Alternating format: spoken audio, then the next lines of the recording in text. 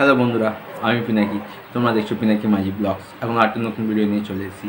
এই ভিডিওতে কথা বলবো শুক্রবার রিলিজ হতে চলেছে বলিউডের সুপারস্টার আমির খানের সিতারে জামিন পার মুভিটা। তো এই মুভিটা ডে ওয়ানে কীরকম কি অ্যাডভান্স বুকিং করেছে বা এখন অবধি কতগুলো শো ওপেন হয়েছে, কত টিকিট সোল্ড আউট করেছে, কত টাকা অ্যাডভান্স বুকিং হয়েছে। শুধু হিন্দি ভার্সানে নয়, তেলুগু ও তামিল ভার্সানেও এই মুভিটা রিলিজ হচ্ছে।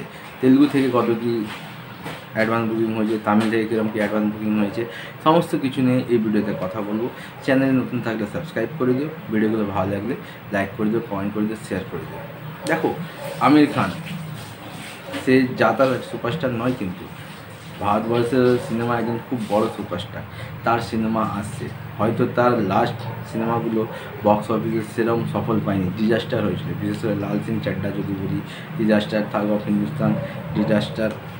কিন্তু তার সত্ত্বেও দেখো, সিতারা জামিন পার এই সিনেমাটার হাইপ কিন্তু সেরকম ছিল না। সবাই বলছে সেরকম কোনো হাইপ নেই, সেরকম কোনো বাজ নেই। এই সিনেমাটা বক্স অফিসে কীরকম কী কালেকশন করতে পারে সেটাই দেখার। দেখো, অ্যাডভান্স বুকিংও কিন্তু খুব দেরি করে ওপেন হয়েছিল।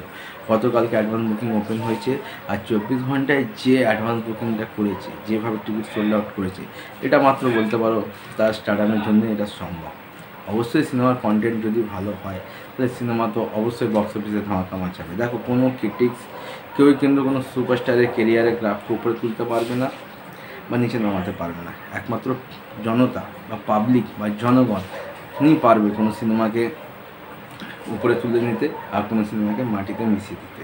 তো এখনও অবধি যদি আমরা দেখি, 3টে ভার্সানে কীরকম কী কালেকশন করেছে। যদি শোর কথায় আসি, তো এখনও অবধি প্রায় 7,000 শো অলরেডি চালু হয়ে গেছে, মানে 7,000।